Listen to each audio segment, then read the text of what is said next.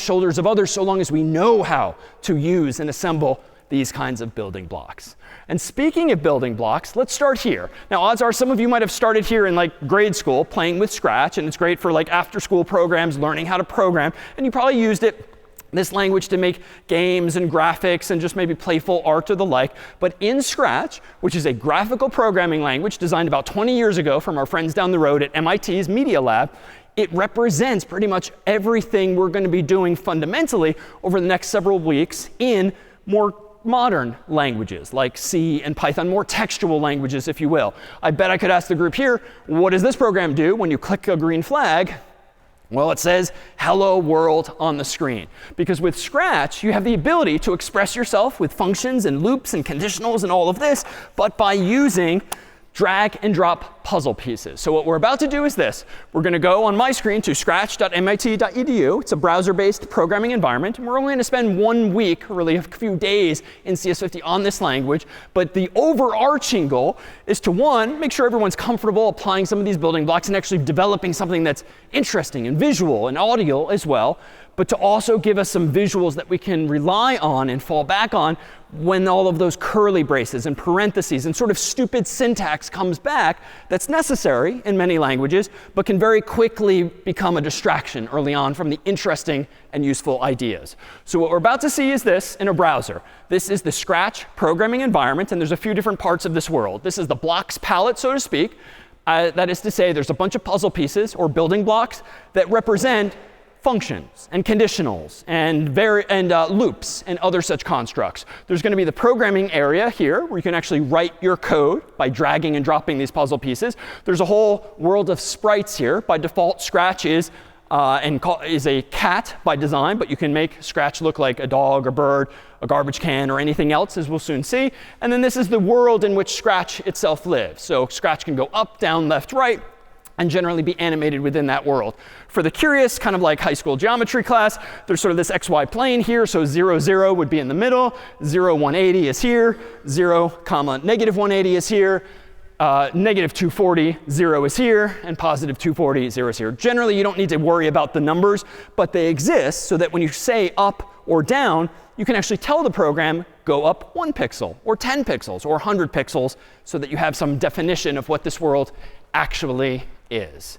All right, so let's actually put this to the test. Let me go ahead here and flip over to, in just a moment, the actual Scratch website, whereby I'm going to have on my screen in just a moment that same user interface, once I've logged in, that via which I can actually write some code of my own. Let me go ahead and zoom in on the screen a little bit here. And let's make the simplest of these programs first. Maybe a program that simply says hello world. Now, at a glance, it's kind of overwhelming how many puzzle pieces there are. And honestly, even over 20 years, I've never used them all. And MIT occasionally adds to it. But the point is that they're color-coded to resemble the type of functionality that they offer. And also, it's meant to be the sort of thing where you can just kind of scroll through and get a visual sense of like what you could do, and then figure out how you might assemble these puzzle pieces together. So I'm going to go under this yellow or orangish category here to begin with.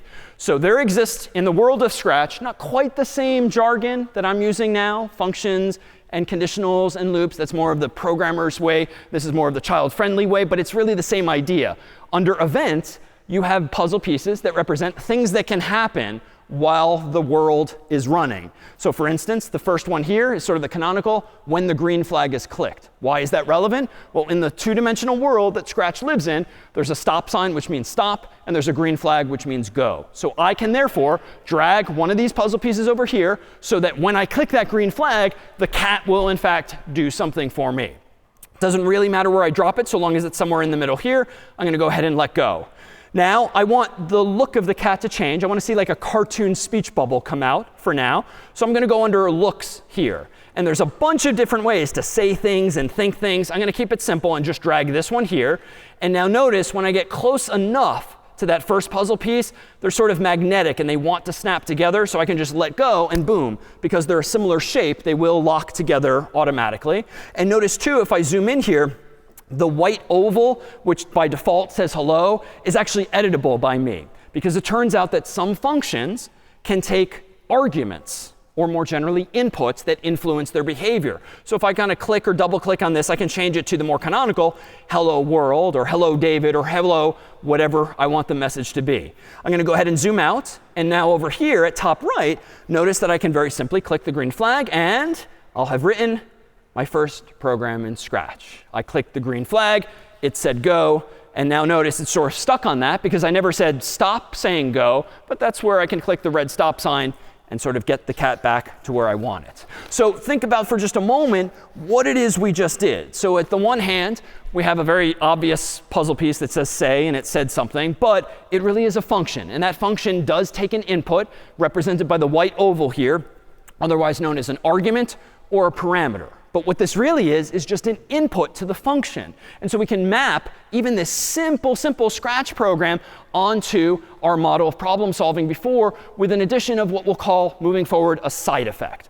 A side effect in a computer program is often something that happens visually on the screen or maybe audibly out of a speaker. It's something that just kind of happens as a result of you using a function, like a speech bubble appearing on the screen. So here, more generally, is what we claimed it represents the solving of a problem. And let's just consider what the input is. The input to this problem, say something on the screen, is this white oval here that I typed in, hello world. The algorithm, the step-by-step instructions, are not something really I wrote. Like our friends at MIT implemented that purple say block. So someone there knows how to get the cat to say something out of its comical mouth. So the algorithm implemented in code is really equivalent to the say function. So a function is just a piece of functionality implemented in code, which in turn implements an algorithm. So algorithm is sort of the concept, and the function is actually the incarnation of it in code. What's the output? Well, hopefully, it's this side effect, seeing the speech bubble come out of the cat's mouth like this. All right, so that's one such program, but it's always going to play and look the same. What if I actually want to prompt the human for their actual name? Well, let me go back to the puzzle pieces here. Let me go ahead and throw this whole thing away. And if you want to delete blocks, you can either right click or control click and choose from a menu, or you can just drag them there and sort of let go and they'll disappear. I'm going to go back in and get another event block, even though I could have reused that same one. I'm going to go ahead and go under sensing now. And if I zoom in over here, you'll see a whole bunch of things, like I can sense distance and colors. But more pragmatically, I can use this function in blue, ask something, and then wait for the answer. And what's different about this puzzle piece is that it too is, yes, a function. It too takes an argument. But instead of having an immediate side effect like displaying something on the screen, it's essentially inside of the computer going to hand me back the response. It's going to return a value, so to speak. And a return value is something that the code can see, but the human can't. A side effect is something the human sees, but a return value is something only the computer sees. It's like the computer is handing me back the user's input. So how does this work? Well, notice, and this is a bit strange. This isn't usually how variables work, but Scratch 2 supports variables. And that was a word I used quickly at the very start when we were making the chatbot. A variable, like in math, X, Y, or Z, just stores some value. But it doesn't have to store a number. In code, it can store like a human name. So what's going to happen when I use this puzzle piece is that once the human types in their name and hits enter, MIT, or really Scratch, is going to store the answer, the so-called return value, in a variable that's designed to be called answer. But as we'll see, you can make your own variables down the line if you want and call them anything you want. But let me go ahead and zoom out. Let me drag this over here. I'm going to use the default question, what's your name? But I could certainly change the text there. And let me go under looks again. Let me go ahead and grab the say block. And let me go ahead and say, just for consistency, like hello, comma. OK, and now let me go under maybe sensing. I want to say, I want to say this answer. Well, notice this. The shapes are important. This too is an oval, even though it's not white, but that's just because it's not editable. It's going to be handed to me by the ask function. Let me zoom out and grab a second say block like this. And notice it will magnetically clip together. I don't want to say hello again, so I could delete that. But now it's still the same shape, even though it's a little smaller. Let me go back to sensing and notice what can happen here. When you have values, like words, inside of a so-called variable, you can use those instead of manual input at your keyboard. And notice it too wants to magnetically slap into place. It'll grow to fit that variable because the shape is the same. And now let's do this. Let me click the green flag at right. I'm seeing, quote unquote, what's your name? I'm getting a text box this time, like on a web page, for instance. Let me type in my name and watch closely what comes out of the cat's mouth as soon as I click the check mark or hit enter. Huh. OK, I got my name right, but let me do it once more. Let me stop and start. D-A-V-I-D. Enter. No, it didn't work. Let me try one other. Maybe it's my name. Let's try Kelly. Enter. What's missing, obviously? The hello, there's a bug, a mistake in this program. But is there? Like, what explains this? Even if you've never programmed before, intuitively, what could explain why I'm not seeing hello? Exactly. It's on two different lines, so it's doing one after the other. So it is happening. It's just you and I, as the slowest things in the room, are just not seeing it in time because it's happening so darn fast. Because my computer's so new and so fast, it's happening but way too quickly. So how can we solve this? Well, we can solve this in a few different ways. And this is where, in Scratch, at least for problems at 0, wherein you'll have an opportunity to play around with this, I can scroll around here and, OK, under control, I see something like wait. So I can just kind of slow things down. And now notice, too, if you hover over the middle of two blocks, if it's the right shape, it'll just snap into the middle, too. Or you can, just so you know, kind of drag things away to magnetically separate them. But this might solve this. So let me hit stop and then start. D-A-V-I-D, enter. Hello, David. All right, that was a little, let's do like maybe 2 seconds to see it again. Green flag, D-A-V-I-D, enter. Hello, David. All right, it's working better. It's sort of more correct because I'm seeing the hello and the David, but kind of stupid, right, to see one and then the other. Wouldn't it be nice to say it all in one breath, so to speak? Well, here's where we can maybe compose some ideas. So let me get rid of this wait and the additional block. Let's confine ourselves to just one say block. But let me go down to operations, where we haven't been before. And this is interesting. There's this bigger oval here that says join two things, like apple and banana. And those are just random placeholder words that you can override with anything you want. But they're both ovals and white, which means I can edit them. So let me go ahead and do this. Let me drag this on top of the say block. And this is just going to, therefore, override the hello I put there. Now, I don't want to say apple or banana, but I do want to say hello, comma. And I then want to say my name. OK, so now I can go back to sensing, go back to answer, drag and drop this here. That'll snap into place. And let me zoom in. Now what I've done is take a function, and on top of it, I've nested another function, the join function, that takes two arguments or inputs and presumably joins them together as per its name. So let's see what this does for us. Let me click stop and start. I'll type in David, enter. And it's so close. Now, this is just kind of an aesthetic bug. What have I done wrong here? There's no space, so it looks a little wrong. But that's an easy fix. I just need to literally go into the hello block after the comma, hit the space bar, so that now when I stop and start again and type in David, now I see something that's closer to the grammar we might typically expect syntactically here. All right, so let's model this after what we just saw earlier. We've now introduced a so-called return value. And this return value is something we can then use in the way we want. It's not happening immediately like the speech bubble. It's clearly being passed to me in some way that I can use to plug in somewhere else, like into that join block. So if we consider the role of these variables playing, let's consider the picture now as follows. If the input now to the first function, the ask block, is what's your name, quote unquote, that's indeed being fed into the ask block. And the result this time is not a speech bubble. It's not some immediate visual side effect.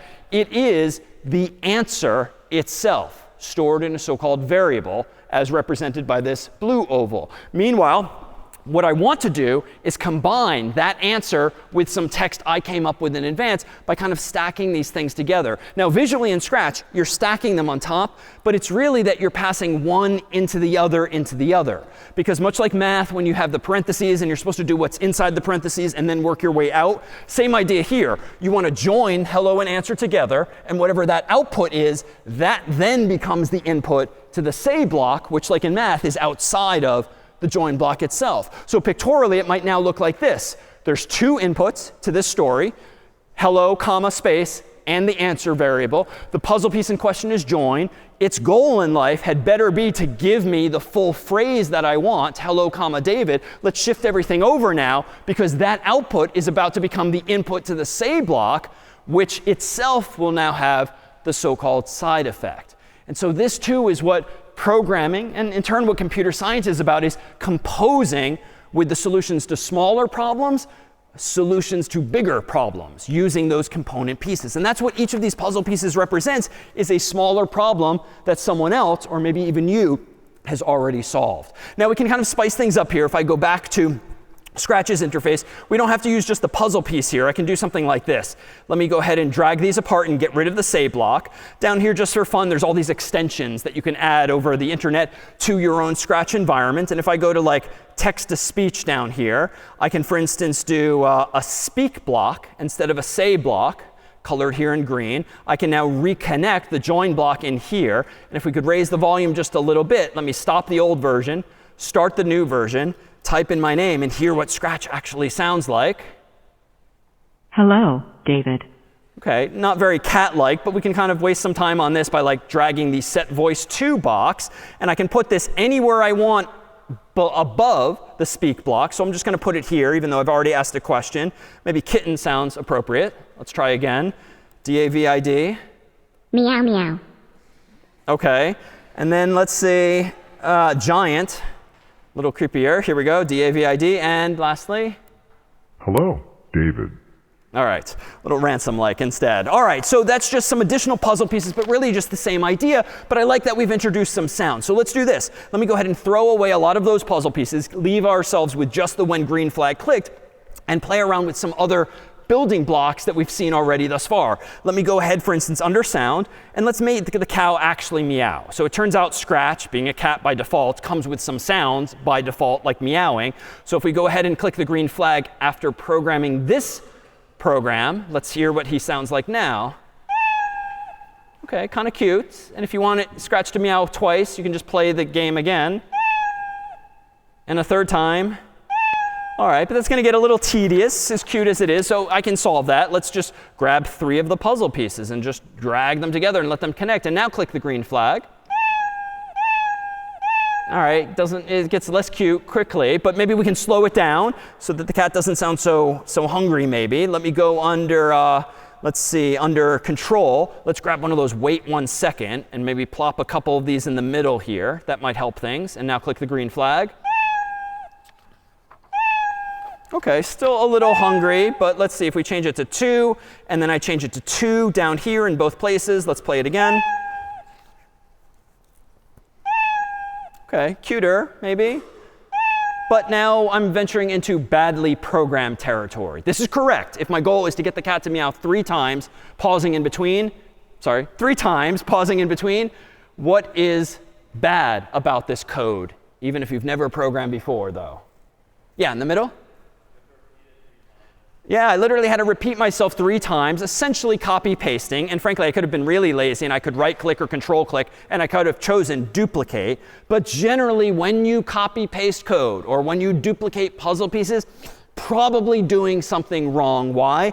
It's solving the problem correctly, but it's not well designed, even if for only because when I changed the number of seconds, now I had to change it in 2 places. So I had 1 initially, then I had to change it to 2. And if you just imagine in your mind's eye having not like 6 puzzle pieces, but 60 or 600 or 6,000, you're going to screw up eventually. If it's on you to remember to change something here and here and here and here, like you're going to mess up. It's better to keep things simple and ideally centralized by factoring out common functionality. And clearly, playing sound and waiting is something I'm doing at least twice, if not a 3rd time here as well. So how can we do this better? Well, remember this thing. Loops. Maybe we can just do something a little more cyclically. So I tell the computer to do something once, but I tell it how many times to do that all together. So notice here, by coincidence, under control, I have a repeat block, which doesn't say loop, but that's certainly the right semantics. Let me go ahead and drag the repeat block in, and I'll change the 10 to 3, just for consistency here. I'm going to go back to sound. I'm going to go ahead and play sound meow until done, just as before. And just so it's not meowing too fast, under control, I'm going to grab a wait 1 second and keep it inside the loop. And notice that the loop here is sort of hugging these puzzle pieces by growing to fill however many pieces I actually cram in there. So now if I click play, the effect is going to be the same, but it's arguably not only correct, but also well designed. Because now if I want to change the weight, change it in one place. If I want to change the total number of times, change it in one place. So I've modularized the code and made it better designed in this case. But now this is silly because even though I want the cat to meow, it feels like any program in which I want this cat to meow, I have to make these same puzzle pieces and connect them together. Wouldn't it be nice to invent the notion of meowing once and then actually have a puzzle piece called meow, so when I want the cat to meow, it will just meow? Well, I can do that too. Let me scroll down to my blocks here in pink. I'm going to click Make a Block, and I'm going to literally make a new puzzle piece that MIT didn't think of called meow. And I'm going to go ahead and click OK. Now I have, in my code area here, a define block, which literally means define meow as follows. So how am I going to do this? Well, I'm going to propose that meowing just means to play the sound meow until done, and then wait 1 second. And notice now I have nothing inside my actual program, which begins when I click the green flag.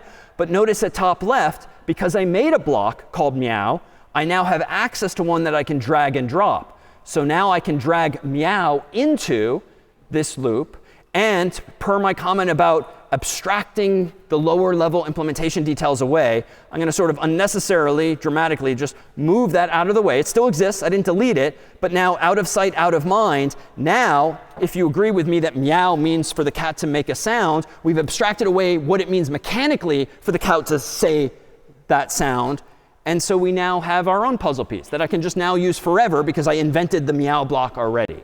Now, I can do one better than this. It would be nice if I could just tell the meow block how many times I want it to meow, because then I don't need to waste time using loops either myself. So let me do this. Let me zoom out. And let me go back to my define block. Let me right click or control click and just edit it. Or I could delete it and start over, but I'll just edit it. And specifically, let me say, you know what? Let's add an input, otherwise known as an argument, to this meow block. And we'll call it maybe n for the number of times I want it to meow. And just to be super clear, I'm going to add a label, which has no functional impact, but it just helps me remember what this does. So I'm going to say meow n times, so that when I see the puzzle piece, I know what the n actually represents. If I now click OK, my puzzle piece looks a little different at top left. Now it has the white oval into which I can type or drag input. Notice down here in the define block, I now see that same input called n. So what I can do now is this. Let me go under Control, drag the repeat block here. And I have to do a little switcheroo. Let me disconnect this, plug it inside of the repeat block, reconnect all of this. And I don't want 10. And heck, I don't even want 3 down here anymore. I can drag this input, because it's the right shape, and now declare that meowing n times means to repeat the following n times. Play sound meow until done, wait 1 second. And keep doing that n total times. If I now zoom out and scroll up, notice that my usage of this puzzle piece has changed, such that I don't actually need the repeat block anymore. I can disconnect this. And heck, I can actually right click and control click and delete it. Just use this under the green flag, change this to a 3. And now I have the essence of this meowing program. The implementation details are out of sight, out of mind. Once they're correct, I don't need to worry about them again. And this is exactly how Scratch itself works. I have no idea how MIT implemented the wait block or the repeat block. Heck, there's a forever block, and there's a few others. But I don't need to know or care, because they've implemented those building blocks that I can then implement myself. I don't necessarily know how to build a whole chatbot, but on top of OpenAI's API, this web-based service, I can implement my own chatbot because they've done the heavy lift of actually implementing that for me. Well, let's do just a few more examples here. Let's bring the cat all the more to life. Let me throw away the meowing. Let me open up under when green flag clicked. How about that forever block that we just glimpsed? Let me go ahead and now add to the mix what we called earlier conditionals, which allow us to ask questions and decide whether or not we should do something. So under this, let me go ahead and, under forever, say if the following is true. Well, what Boolean expression do I want to ask? Well, let's implement, how about this program? And we'll figure out if it works. Under sensing, I'm going to grab this a very angled puzzle piece called touching mouse pointer. That is the cursor. And only if that question has a yes answer do I want to play the sound meow until done. So let me zoom in here. And in English, what is this going to implement, really? Just describe what this program does less arcanely as the code itself. Yeah?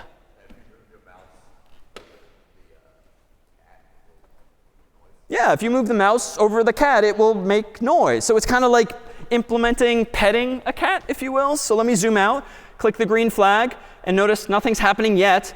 But notice my puzzle pieces are highlighted in yellow because it is, in fact, still running because it's doing something forever. And it's constantly checking if I'm touching the mouse pointer. And if so, it's like I just pet the cat. Now it stopped until I move the cursor again. Now it stopped. If I leave it there, it's going to keep meowing because it's going to be stuck in this loop forever.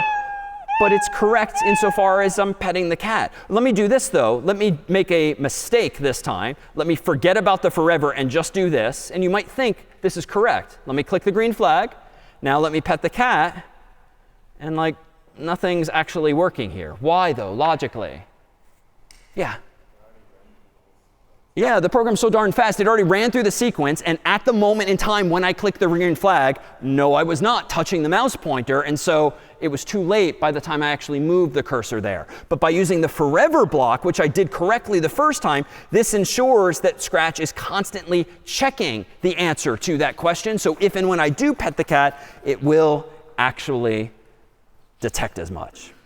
All right, how about a few final examples before you're on your way building some of your own first programs with these building blocks. Let me go ahead and open up a program that I wrote in advance, in fact, about 20 years ago, whereby, let me pull this up, whereby we have, in this example, a program I wrote called Oscar Time. And this was the result of our first assignment in this class, whereby when MIT was implementing Scratch for the very first time, we needed to implement our very own Scratch program as well. I'm going to go ahead and full screen it here. The goal is to drag as much falling trash as you can to Oscar's trash can before his song ends, for which one volunteer would be handy here. OK, I saw your hand go up quickly. In blue, yeah, come on up.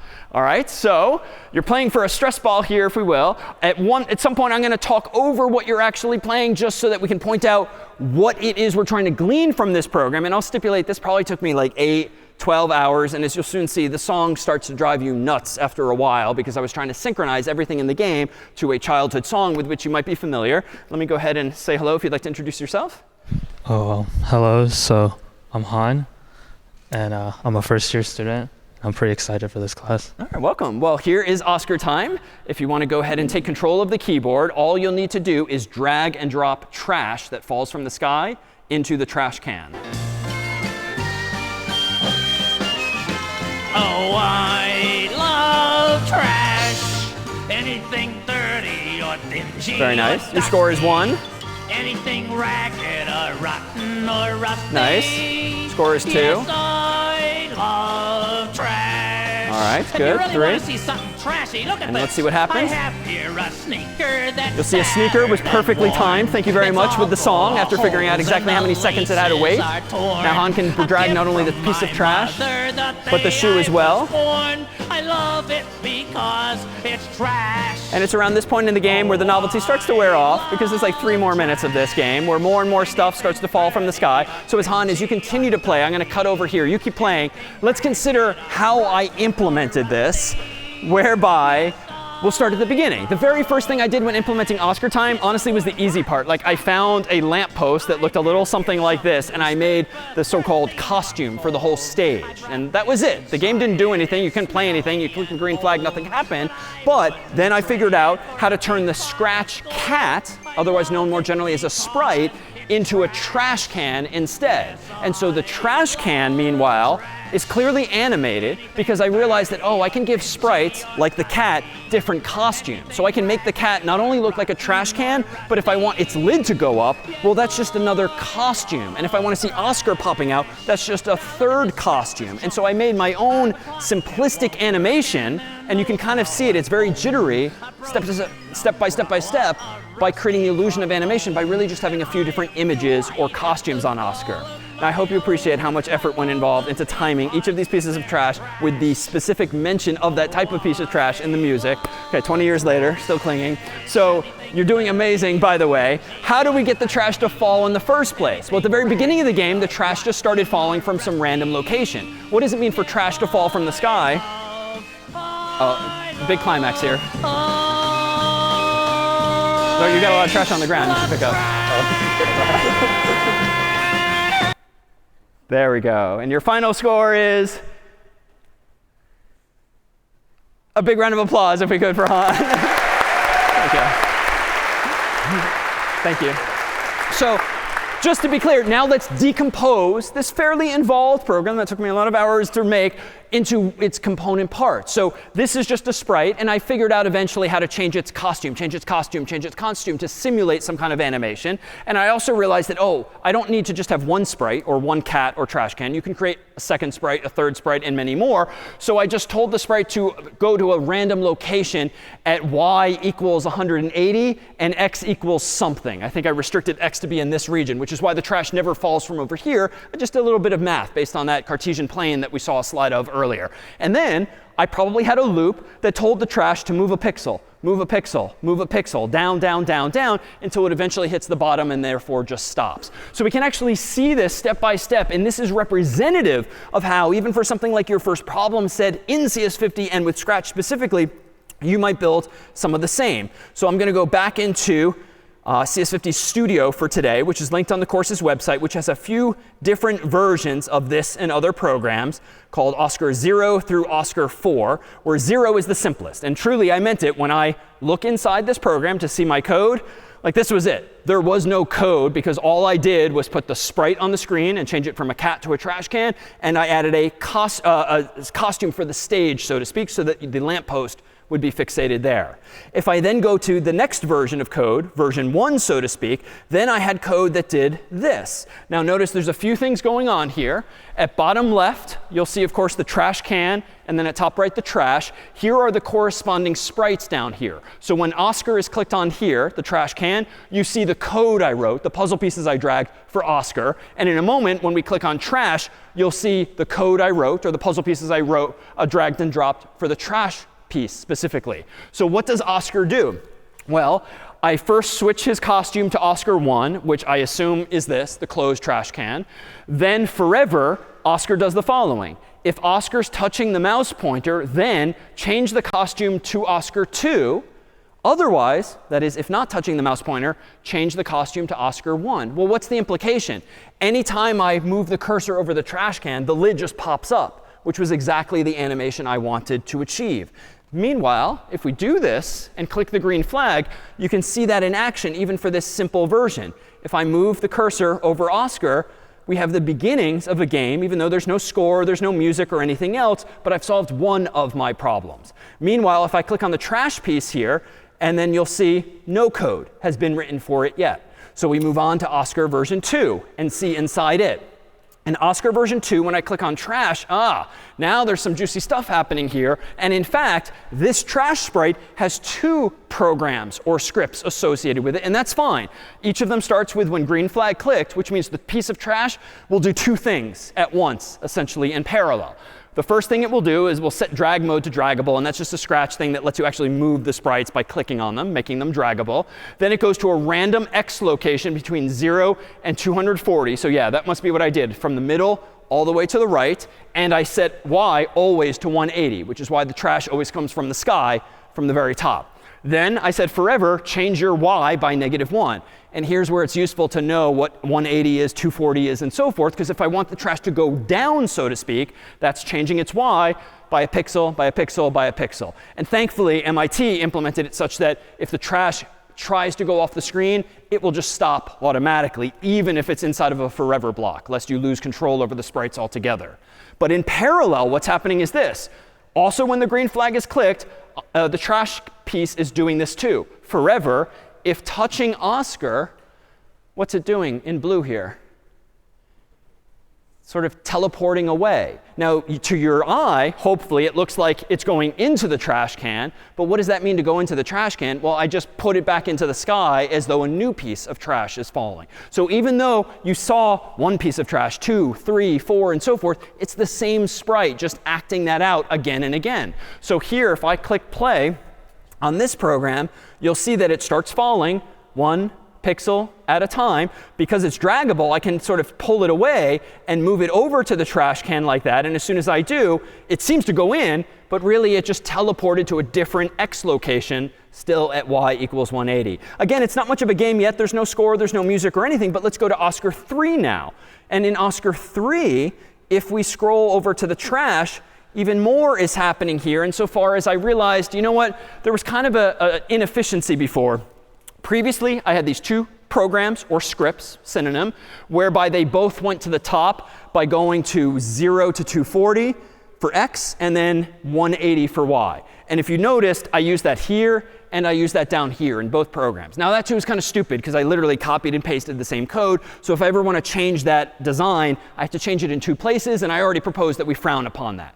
So what did I do in this version? I just created my own block, and I decided to call my own function go to top. What does it mean to go to the top? Pick a random x between those values and fixate on y equals 180 initially. Now, in both of those programs, which are otherwise identical, I just say what I mean. Go to top, go to top. And if I really wanted to, I could drag this out of the way and never think about it again, because now that functionality exists. So correct, but arguably better designed. I've now factored out commonality so as to use and reuse my code as well. So let's go up to Oscar version 4 now. And in Oscar time version 4, the trash can does a little something more, whereby what have I added to this mix, even though we haven't dragged this puzzle piece together before? Yeah, what's new? Yeah, so it turns out on the left here, there's a variables category, which goes beyond the answer variable that we just automatically get from the ask block. You can create your own variables, x, y, z, but in programming, it's best to name things not silly, simple words like x, y, and z, but full-fledged words that say what they are, like score. So I'm setting a score variable to 0. And then anytime the trash is touching Oscar before it teleports away to the top, I change the score by 1. That is, increment the score by 1. And what Scratch does automatically for me is it puts a little billboard up here showing me the current score. So if I now play this game once more, the score is going to start at 0. But if I drag this trash over here and even let it fall in, as soon as it touches, the score goes to 1. And now if I click and drag again, the score is going to, as soon as it touches Oscar, going to go to 2. And so forth. And you saw in the final flourish with Han playing that once you add the sound and other pieces of trash, which are just really other sprites, and I just had wait like a minute, wait 2 minutes, so that the trumpet would fall at the right time, I've broken down a fairly involved program into these basic building blocks. And when you too write your own program, that's exactly how you should approach it. Even if you have these grand aspirations to do this or that, start by the simple problems and figure out what bites can I bite off in order to make progress, baby steps, if you will, to the final solution. Well, let's look at one other set of examples before we have one final volunteer to come up. And as you'll soon see, it's tradition in CS50 to end the first class with cake. So in a moment, cake will be served out in the transept. And please feel free to come up and say hi and ask questions if you'd like to. Let me go ahead and open up, though, a series of building blocks here via which we can make so-called Ivy's hardest game, which is one implemented by one of your predecessors, a former classmate from CS50. So here we have a whole bunch of puzzle pieces written by your classmates. But, and let me go ahead and zoom in on this screen, you'll see that this Harvard crest is my sprite. So it's not a cat, it's not a trash can, it's a Harvard crest. And it exists in a very simple two-dimensional world with two walls next to it. If I click on the green flag, notice that with my hands here, I can go up, I can go down, I can go left, and I can go right. But if I try going too far right, I get stuck on the wall. If I go too far left, I get stuck on the wall. Well, it's the sort of the beginning of any animation or game, but how do I do this? Well, let me go up here and propose that the first thing the Harvard sprite is doing is it's going to the middle, 0, 0, and it's then forever listening for the keyboard and feeling for walls. Now, those are functions I implemented myself to kind of describe what I wanted the program to do. And let's do the shorter one first. What does it mean to feel for the walls? Just to ask the question, if you're touching the left wall, change your x by 1. If you're touching the right wall, change your x by -1. Why have I defined touching walls in this weirdly mathematical way? Yeah. Sure, yeah. And basically, like, counteracts the movement you'd be getting otherwise. Your net effect is just not moving. Exactly. Because if I've gone so far right that I'm touching the right wall, well, I'm already kind of on top of the wall a little bit. So I effectively want the sprite to bounce off of it. And the easiest way to do that is just to say back up 1 pixel, as though you can't go any further, and same for the left wall. Meanwhile, let me scroll over to the second script or program that's running in parallel. It's a little longer, but it's not more complicated. What does it mean to listen for keyboard? Well, just check. If the key up arrow is pressed, change y by 1. Ergo, go up. Else, if the key down arrow is pressed, then change y by -1. Key right arrow is pressed, change x by 1, and so forth. So again, this is where the math and the numbers are useful, because it gives you a world in which to live, up, down, left, right, deconstructed into some simple arithmetic values. All right, so the net result is that we have a crest living in this world. Well, let's add a bit of competition here. And in the second version of this game, let me go ahead and full screen it again, click play, and now we'll see sort of an enemy bouncing back and forth autonomously. So there's no one playing except me. I'm controlling Harvard. Yale is bouncing on its own. And nothing bad's going to happen if it hits me, but it does seem to be autonomous. So how is this working? Well, if it's doing this forever, there's probably a forever loop involved. So let's see inside here. Let's click not on Harvard, but on the Yale sprite. And sure enough, if we focus on this for a moment, we'll see that the first thing Yale does is go to 0, 0.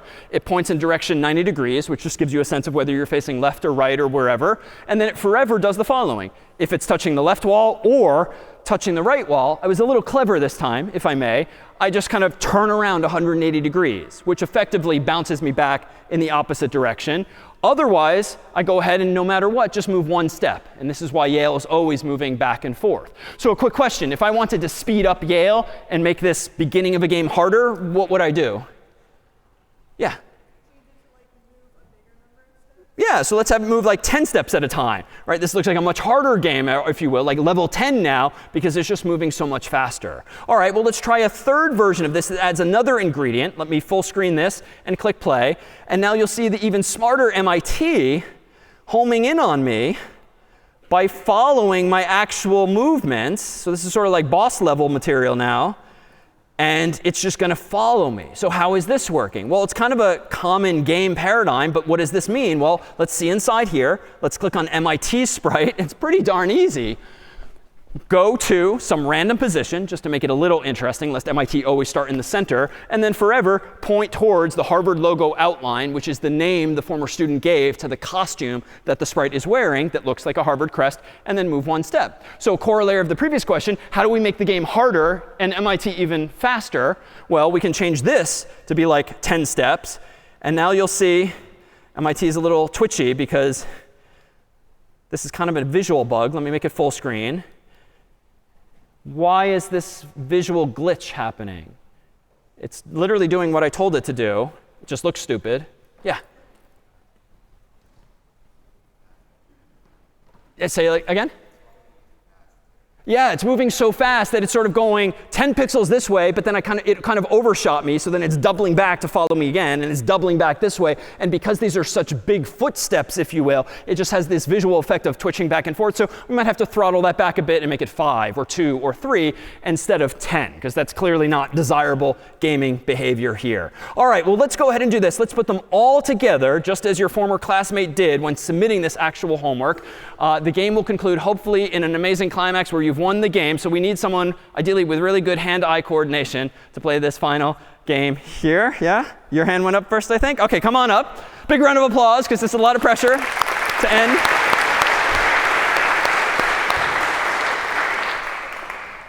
All right. So if you win the game, cake will be served. If you don't win the game, there will be no cake. OK, but introduce yourself in the meantime. Hi, I'm Jenny Pan, freshman at Hollis, and I'm actually a CS major, Nice. or concentration. Nice to meet you. Head to the keyboard here. This now is the combination of all of those building blocks and even more, aka IB's hardest game. You will be in control, just as I would, of the Harvard crest, and the goal is to make it to the exit, which is this gentleman on the right here. And you'll see there's multiple levels, where each level gets a little harder. All right, here we go. You can't touch this. You can't touch this. Very good. You can't touch this. Nicely done. You can't touch this. So the loop has been added for Yale. You can't touch this. Music hits me so hard. Good. 2 Yales now. Thank you for blessing me. What am I doing? It's just good when you know you're down. I see the whole way from the All right. 3 Yales now. and this is beat up. You can't touch this. Nice. Hold you home, boys. You can't touch this. Here comes MIT. You can't touch this. Look at my eyes, man. Very good. Yeah. 2 MITs. And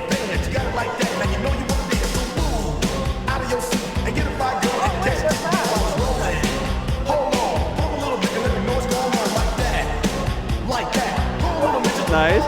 Yes.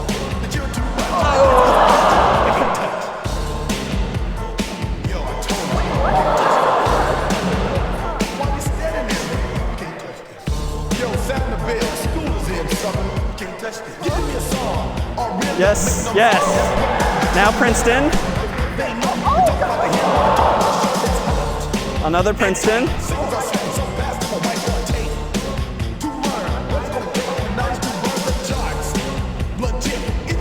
Second to last level.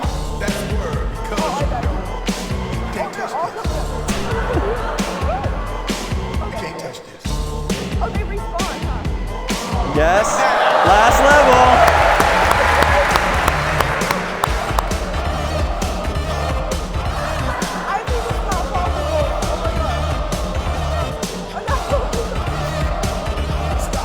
Hammer time. Go with the flow. It is said if you can't prove this, then you're probably on days away. Your hands in the air. So close. Keep going. Keep going. For a winner, dance to this, and you're gonna get there. Now move, slide your one. Just for a minute, let's all do the ball. Yes!